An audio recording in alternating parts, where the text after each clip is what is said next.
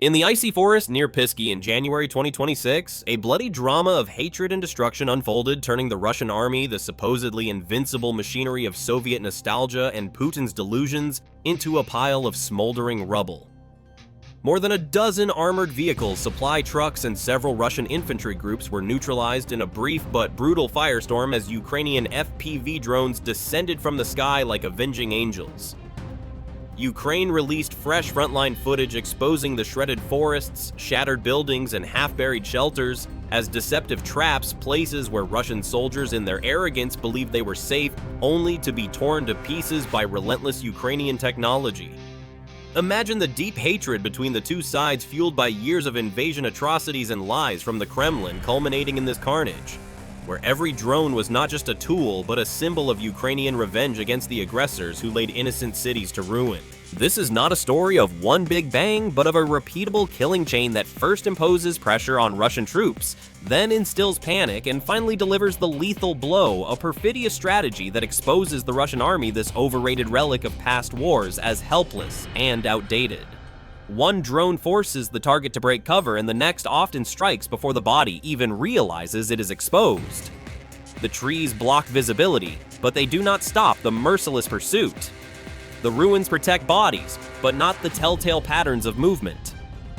The most alarming part: this method is no longer limited to infantry, but now attacks vehicles and specialized hardware that previously felt untouchable, proof of how Russian military power, despite all its propaganda, is being brought to its knees by cheap Ukrainian drones. The true question is no longer who has more tanks, but where a safe line still exists when the low sky is always watching and Ukraine commands that sky while Russia sinks into its incompetence. Dear listeners, in this moment of tension where the hatred between the Ukrainian defenders and the Russian invaders burns like a blazing fire, I ask you, do you believe that the Russian army, this allegedly mighty force, ever has a chance against innovative Ukrainian drone warfare, or is it doomed to destruction?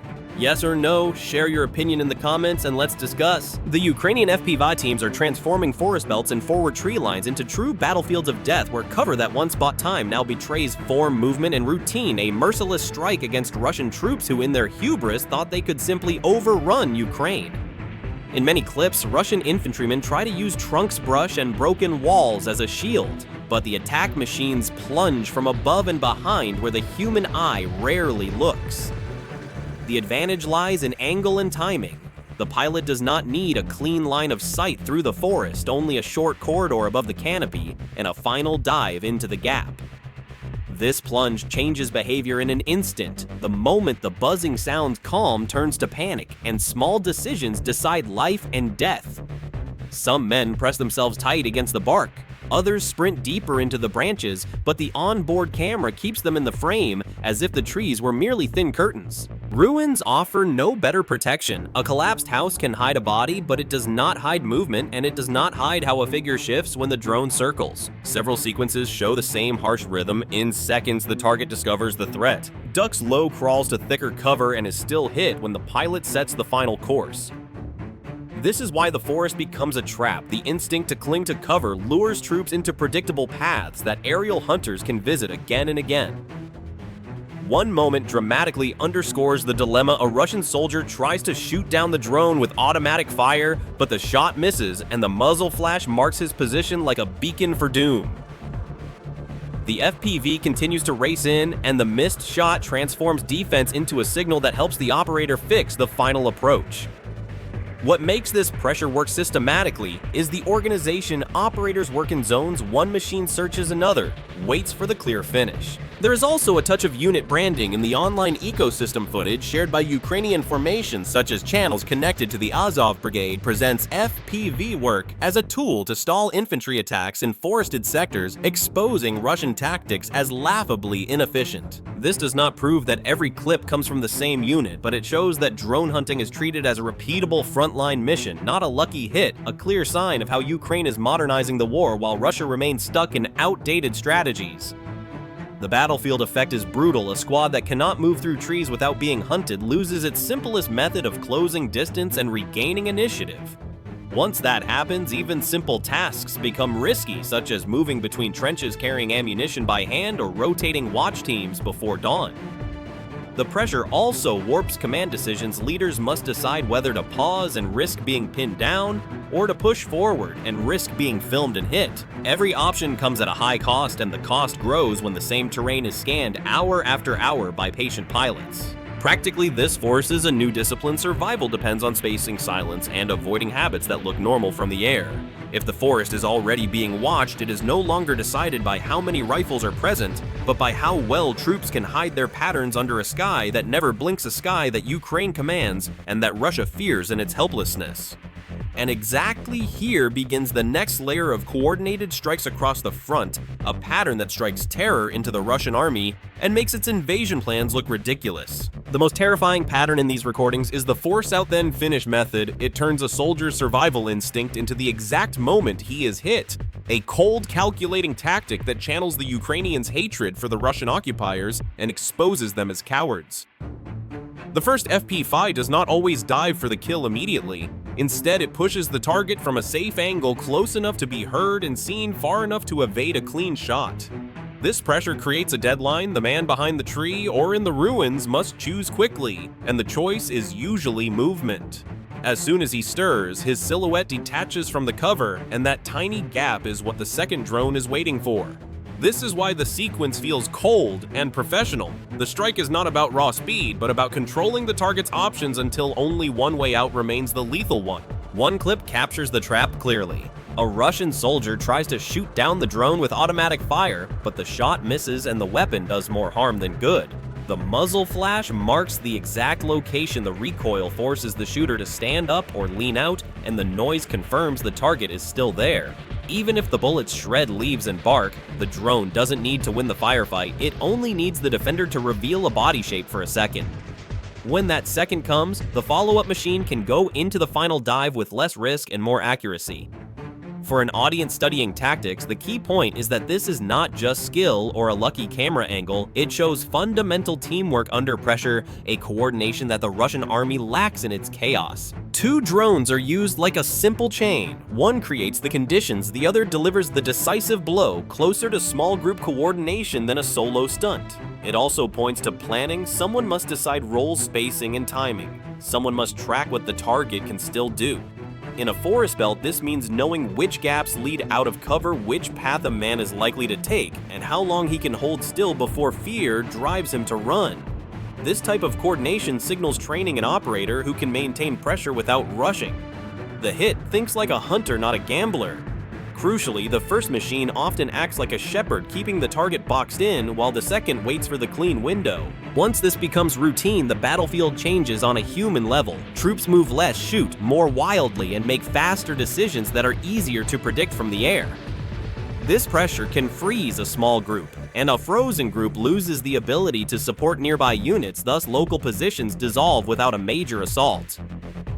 The broader message, force out then finish, is not a trick but a repeatable process that scales with more operators and drones, and it exposes the Russian army as incapable of adapting while Ukraine strikes innovatively and relentlessly. Once this process is running, the target set cannot be limited to infantry.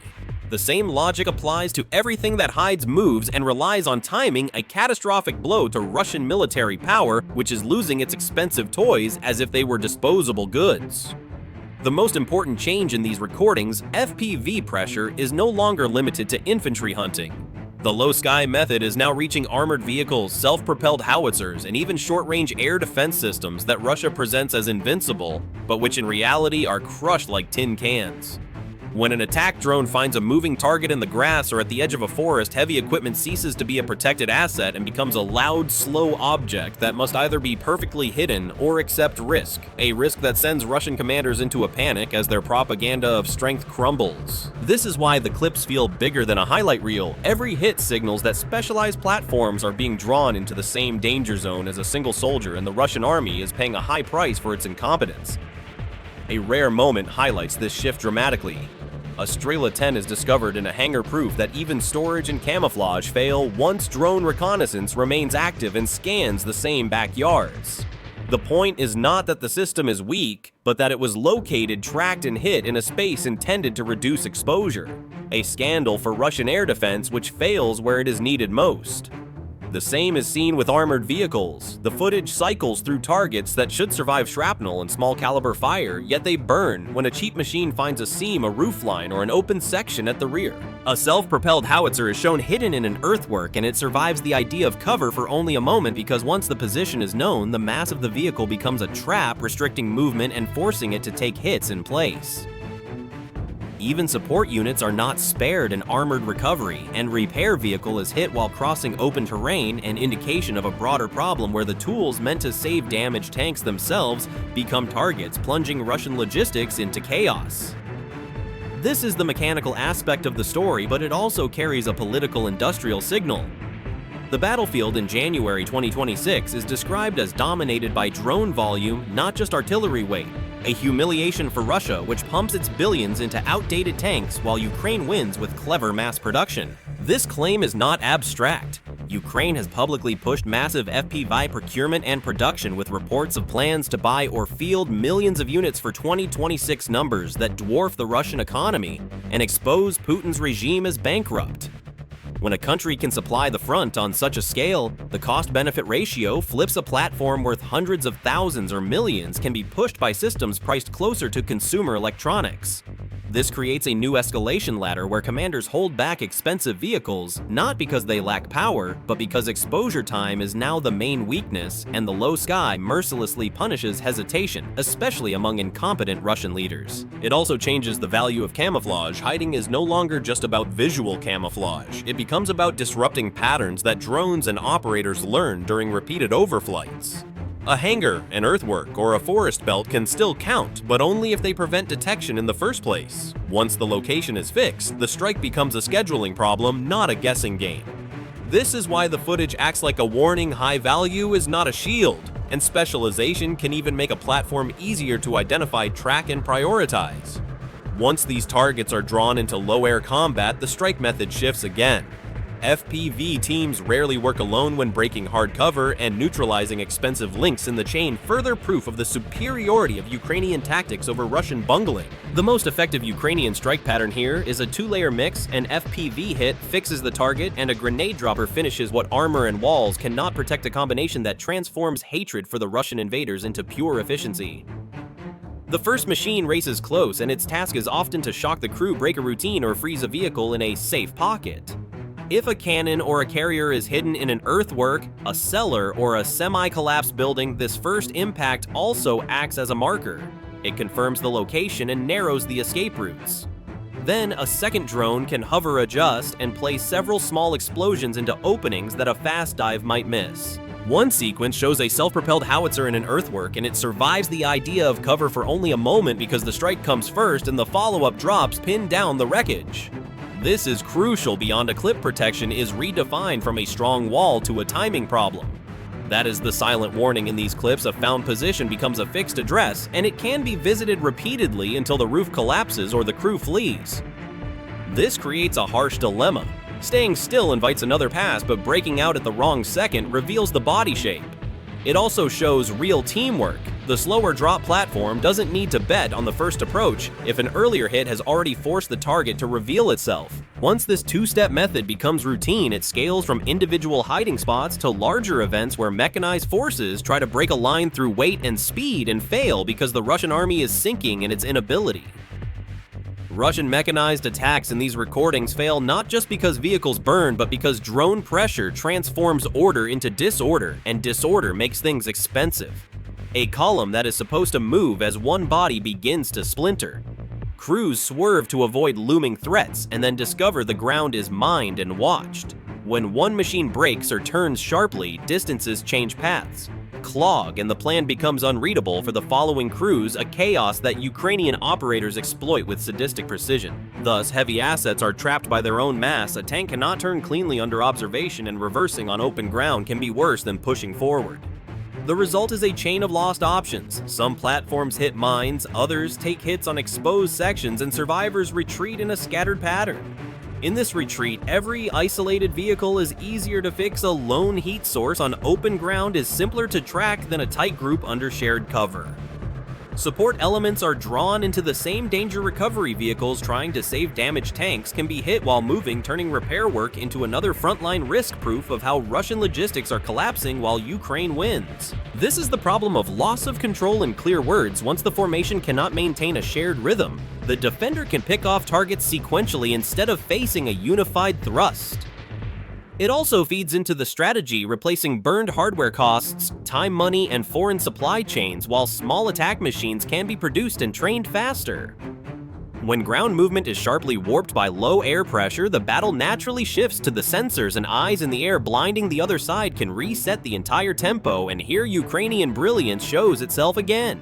The Ukrainian FPV teams are now hunting Russian UAVs in the air, and this single detail reveals that the drone war has climbed into a new layer of daily work, a humiliation for Russian air superiority, which is exposed as a myth. In the recordings, an enemy quadcopter is not treated as background noise. This machine is the enemy's eye and sometimes its trigger. The pursuit is fast and brutal. The FPV shoots forward, takes a tight line from the rear quarter, and then commits a ramming strike. There is no careful dogfight because speed matters more than style when two small machines drift in wind and smoke. A direct collision shatters propellers, knocks cameras off axis, and often breaks the control link in the same instant, which is why crews prefer impact over a slow approach. Some teams time these hits around movements. Clearing the air for a short window can allow a squad to cross a gap without being hunted. When this happens repeatedly, drone on drone stops being a lucky moment and becomes a planned task, a shift that pulls the entire battlefield upward.